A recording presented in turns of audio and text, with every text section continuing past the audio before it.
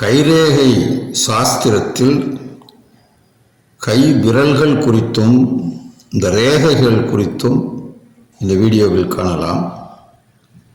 இந்த சுட்டு விரல்ன்றது ரேகை சாஸ்திரத்தில் குரு விரல் அப்படின்னு சொல்லப்படுது. நடுவிரல் சனி விரல் என்று சொல்லப்படுகிறது. மோதிர விரல் சூரிய விரலாக சொல்லப்படுகிறது. சுண்டு விரல் புதனுக்குரியதாகவும் பெருவிரல் சுக்கிரனுக்குரியதாகவும் கூறப்படுகிறது.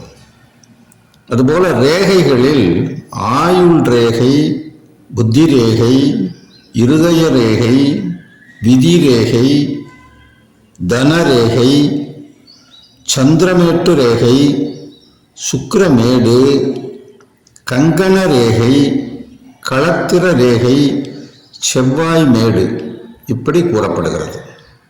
மோதிர விரலுக்கு சமமாய் சுண்டு விரல் அமைந்திருக்குமானால் பண்டிதராகவும் தத்துவ ஞானியாகவும் இருப்பார்.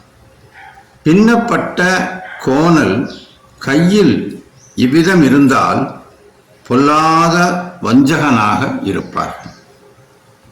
குரு விரலுக்கு சமமாக சுண்டு விரல் நீண்டிருந்தால் நீதிகளையும் சாஸ்திரங்களையும் கற்று ஆராய்ந்தவராக இருப்பார். கஷ்ட நஷ்டங்களை போக்கிக் கொள்ளும் வல்லமை பெற்றிருப்பார்.